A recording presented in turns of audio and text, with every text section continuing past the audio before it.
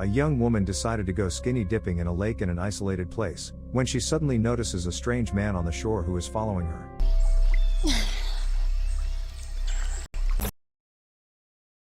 The phone rings. The call goes straight to voicemail asking to leave the message for Amber. A woman's voice tearfully asks her daughter to return home. At the same time, a happy young couple steals a car and gets on the road. The next morning, the girl wakes up in a car in the middle of the forest. She discovers that her boyfriend, Jake, is missing. Amber calms down when she sees him relieve himself not so far away. The phone vibrates. A call from home. The girl decides to ignore it. The boy returns. Amber wonders if they're in Florida yet. Jake says not yet. Besides, he doesn't even know how to get there. The girl opens the glove compartment hoping to find a map, but instead sees a revolver. The boy wants to teach her how to use a gun. A shot is heard. Jake is satisfied with Amber's first attempt, but asks his beloved to shoot with her eyes open next time. Amber wonders if she looks good with a weapon.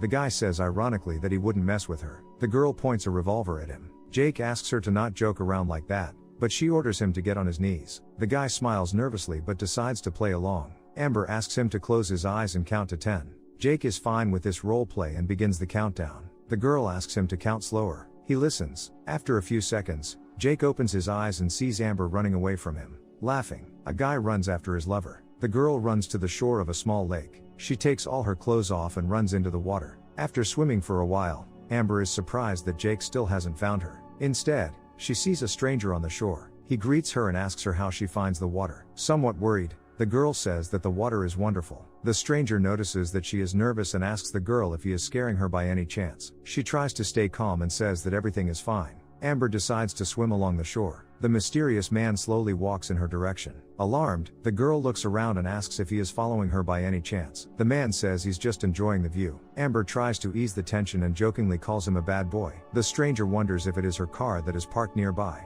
The girl smiles nervously and asks if he happened to see a boy here. The man asks her to swim closer, because he can't hear her. He asks for her name. Amber's cheerful mood is almost gone. She says her name while glancing at her clothes and gun. The stranger asks her why she is not at school now. The girl says she doesn't go to school. The man wonders if he might offend her boyfriend by looking at her. He then warns her that this place is very dangerous, since a couple of people drown here every year, and usually because they swim on their own. Amber does not want to show him that she's scared and says with a smile that she'll be okay, and swims away from the stranger. Staring intently, the man gives her a compliment. He likes the girl's hair. The tension is rising. Amber thanks him. It seems to the stranger that the girl is getting tired. He asks her if she wants to get to the shore. Amber decides to wait for her boyfriend. The man promises that he will not look at her, so she can get out of water in peace. Although the girl is shaking from the cold, she refuses. After a pause, the suspicious stranger says that he doesn't think that the boy will come. Extremely alarmed, Amber changes her plan. She tells the man that if he doesn't get out of here, her boyfriend will kick his ass. The indifferent man doubts this and shocks Amber by saying that her boyfriend is already dead.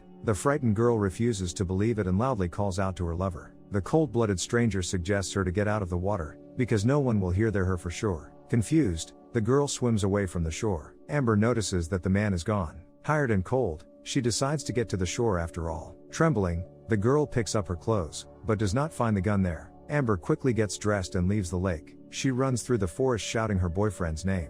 There is no answer. The girl finds the car, starts it and, with tears in her eyes, drives away at maximum speed. She calls Jake, while, from the back seat, a hand slowly reaches towards Amber's head.